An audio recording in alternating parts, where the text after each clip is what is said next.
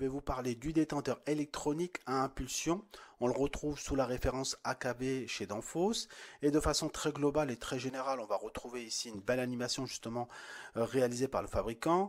Et donc du coup, c'est assez simple, hein. On va avoir une bobine ici en bleu, ça fonctionne en tout ou rien. Lorsque la bobine est alimentée, donc on a la tige qui vient ici et qui pousse donc l'orifice de détente. Donc le fluide frigorigène peut traverser le corps de vanne. Donc on a des impulsions successives en tout ou rien et donc on a des injections de fluide frigorigène en fonction des besoins et donc sous le contrôle bien sûr de notre régulateur. Alors pour qu'il puisse fonctionner correctement, le détendeur de type AKV donc, doit être accompagné d'un certain nombre d'équipements, donc bien sûr d'un régulateur compatible avec les détendeurs électroniques à impulsion. Ici je vous en présente trois, les plus connus. Donc on a l'AKCC 550, donc, qui est un régulateur de détendeur électronique à impulsion pour vitrine ou bien pour chambre froide. Donc lui il peut aller jusqu'à 4 détendeurs. On a des régulateurs de dernière génération avec l'AKCC 750 qui lui aussi a la possibilité de commander jusqu'à 4 détendeurs. Et lorsqu'on a une chambre froide avec un détendeur, on peut utiliser aussi le KC 315 et donc du coup lui fait aussi le job pour un petit circuit. Allez, je continue sur les explications du détendeur électronique à impulsion. Et donc là j'ai un petit exemple de câblage. Et lorsqu'on a un détendeur de type AKV, donc le régulateur qui pourrait correspondre, c'est un régulateur par exemple de type EKC 315A. Donc j'ai téléchargé la documentation technique et on voit bien que les détendeurs de type AKV sont bien pris en charge par ce régulateur. Alors je vais vous expliquer rapidement comment on câble donc les différents équipements.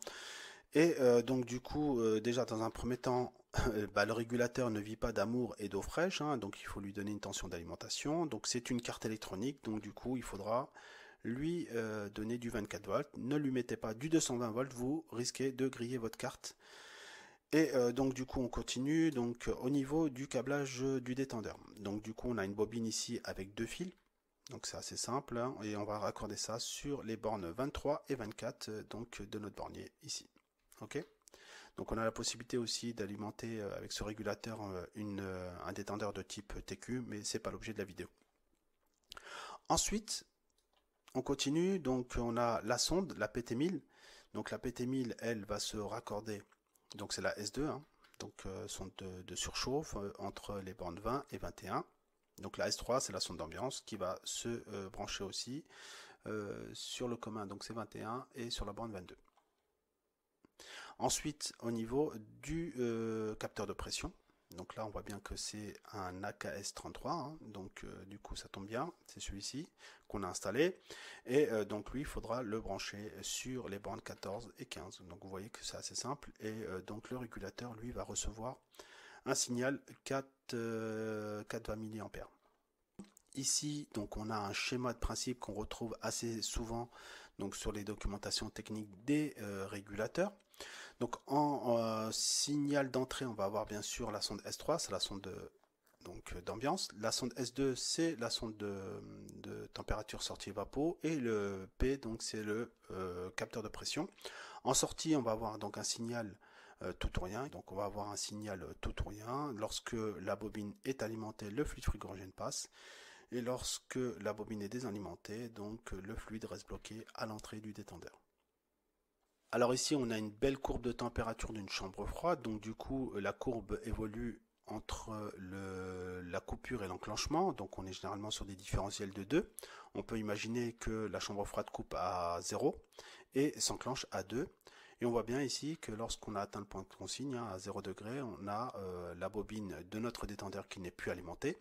Et lorsqu'on a franchi donc le point d'enclenchement, on se retrouve avec une alimentation de l'électrovanne, donc on a des impulsions successives. Généralement, on est sur des cycles de 6 secondes. Alors j'ouvre une toute petite parenthèse au niveau de l'installation, hein. Attention au sens de circulation du fluide frigorigène, hein. Donc la HP rentre sur le côté et on a le fluide frigorigène qui sort détendu vers le bas.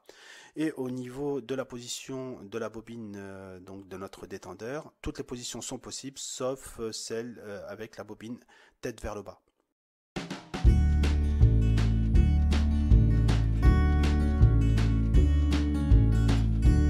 Frigoriste plus qu'un métier. rejoins-nous.